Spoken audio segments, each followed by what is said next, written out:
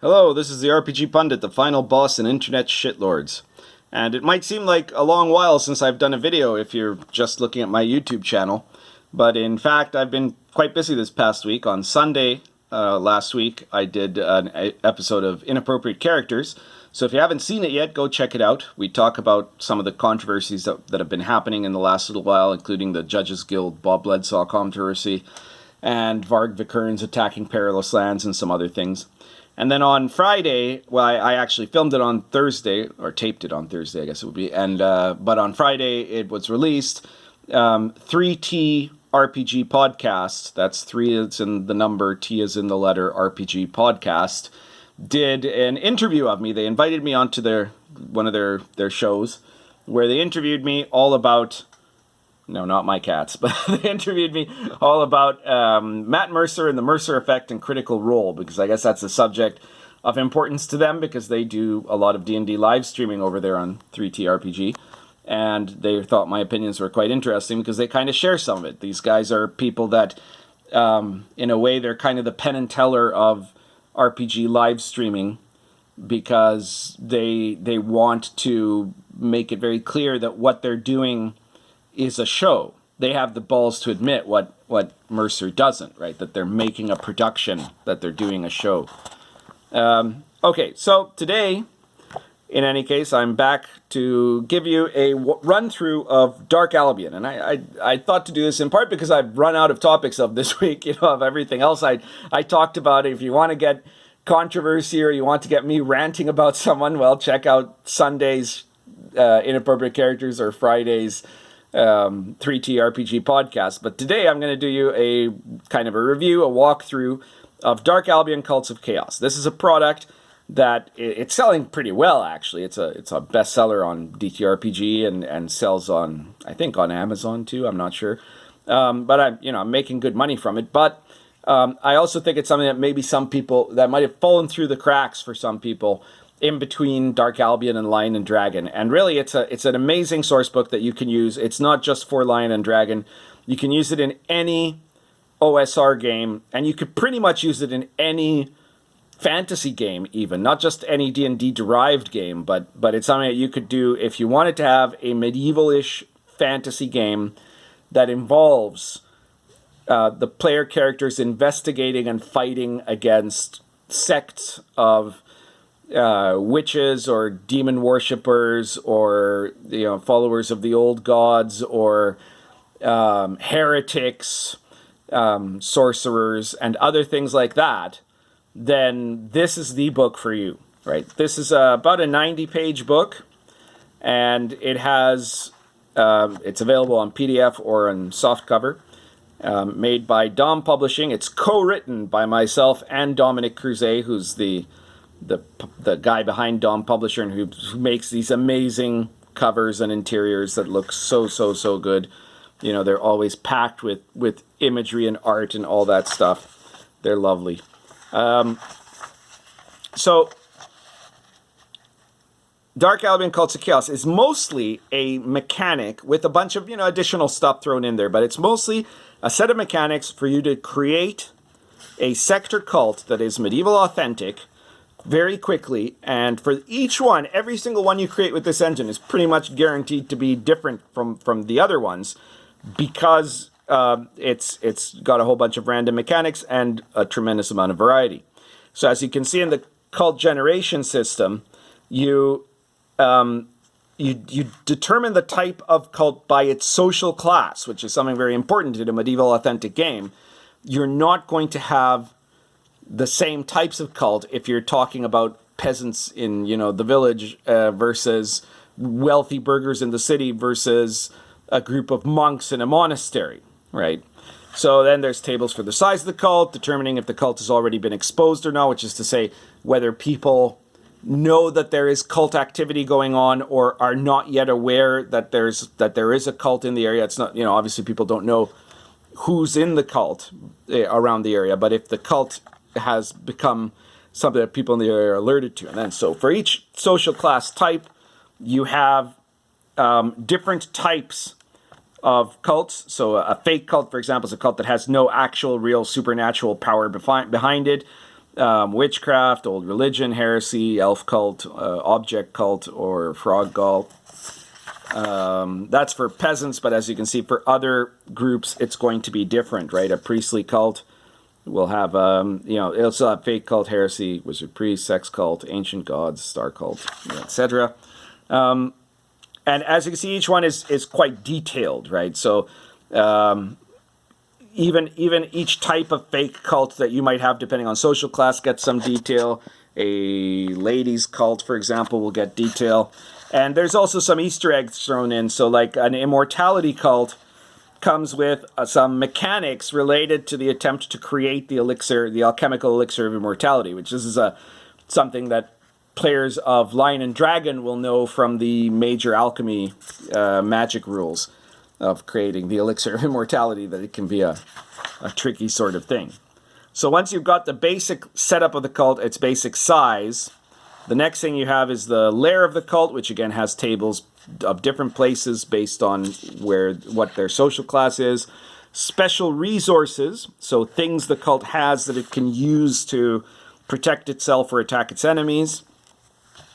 Complications, which is a table of problems that the cult is having at the time that the PCs encounter it. So that with all of this, you roll these together and you've got all the makings of an adventure setup. You have a cult, you have where the cult is, who's in it, what type of cult it is, who they worship, more detail about that in the appendix, by the way, and what their resources are, where they can be found, and what they more or less want. And they're all going to be different. But there's more. You've got here the cult chaos life. How do cultists recognize each other? Taboos, cult rituals, reasons for joining a cult. And then we get to mutations. This is the beginning of additional rules, you could say.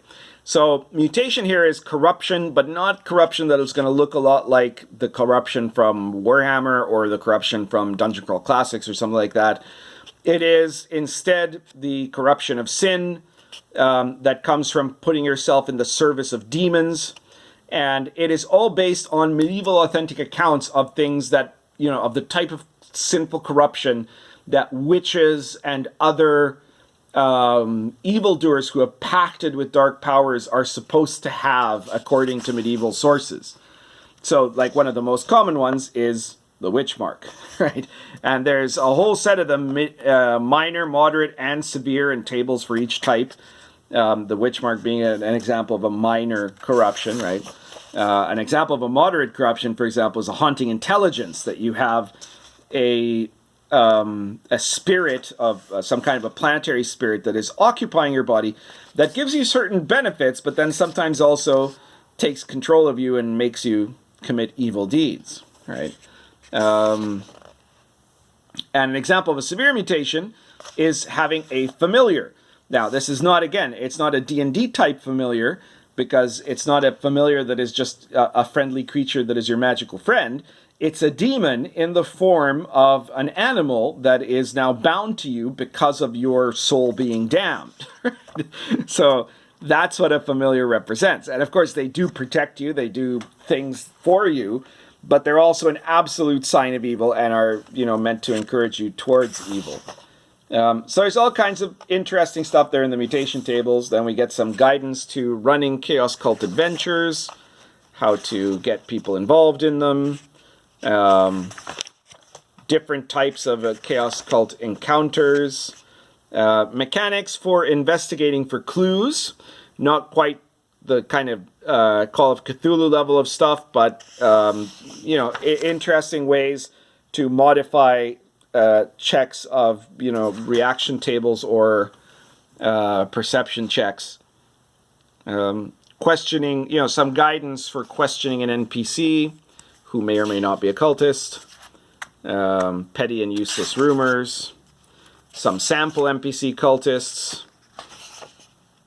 And then these are Dominic Crusade's main contributions here in terms of these impressive maps, and we co-wrote these adventures here. In fact, some of the earlier parts in between mutations and here were written exclusively by him, and then these we did kind of together, where he set up dungeons that were meant to be relatively medieval authentic. So they're not dungeons in the D&D sense either. So this is like a house of debauchery of a sex cult. And then here you have an ancient temple, a ruined temple that has been taken up by followers of the old god who found it. An ancient center of the elven cult. The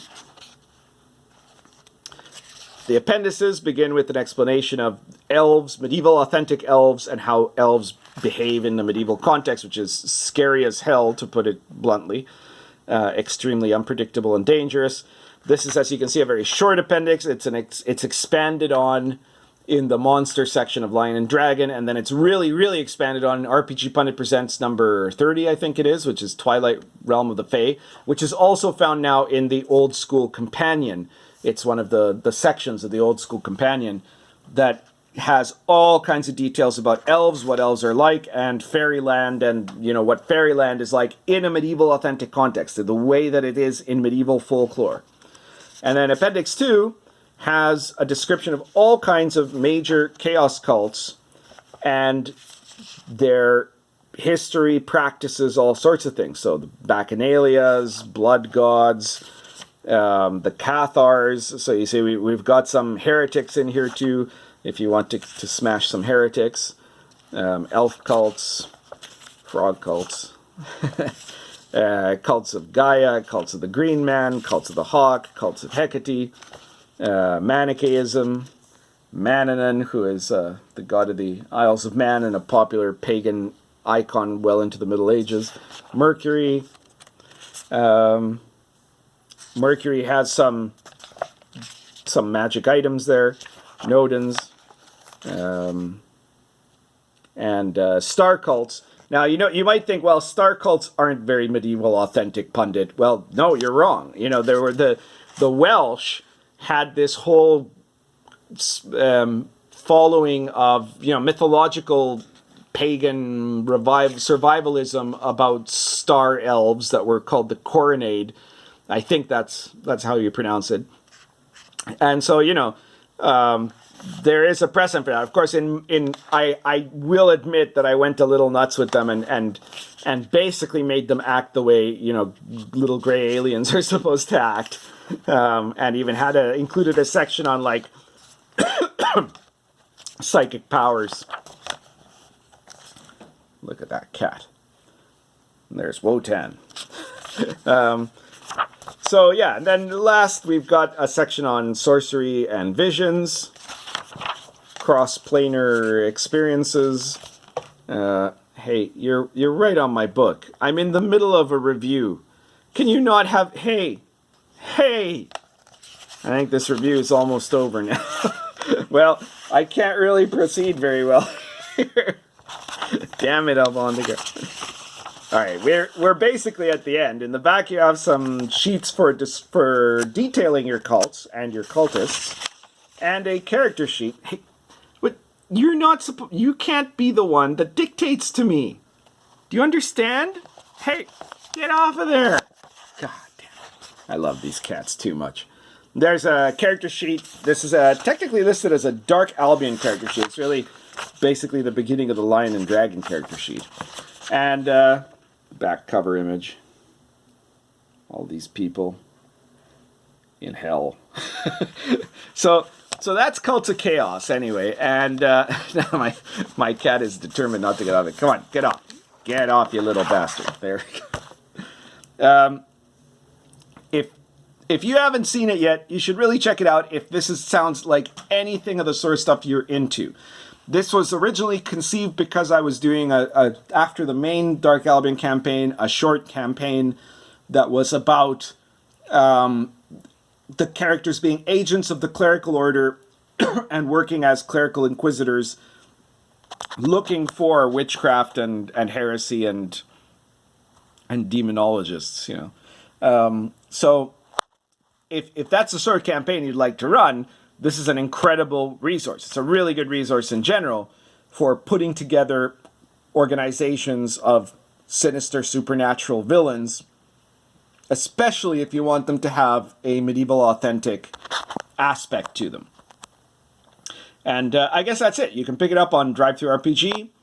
And I hope you didn't find this too much of an ad, but I really, what I wanted to do more than anything was to show people what was in it, because I think I don't really need to do a big publicity about, you know, buy or something like that, or whatever. I just have to show you what's in it. And if you like what's in it, then pick it up. If you don't like what's in it, then don't pick it up. And there's probably other stuff I make that you will like, right?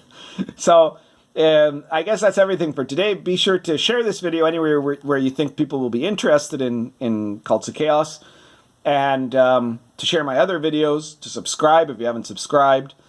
And if you want to support my work, I mean, I do have a PayPal button and a Patreon link, but really the best way to support my work is to pick up my products. And so if you can afford to pick up Dark Albion Cults of Chaos, which I don't know how much it costs, but I think it's $15 for the print edition. I might be wrong, but I think it's around that. It's really cheap, actually. But let's say you can't afford that. You can also always pick up one of my RPG Pundit Presents issues for like $3 or $4, and you'll get a really exciting PDF with some interesting stuff in it. There's like 99 of them to choose from now, soon to be 100 when the Star Adventurer comes out.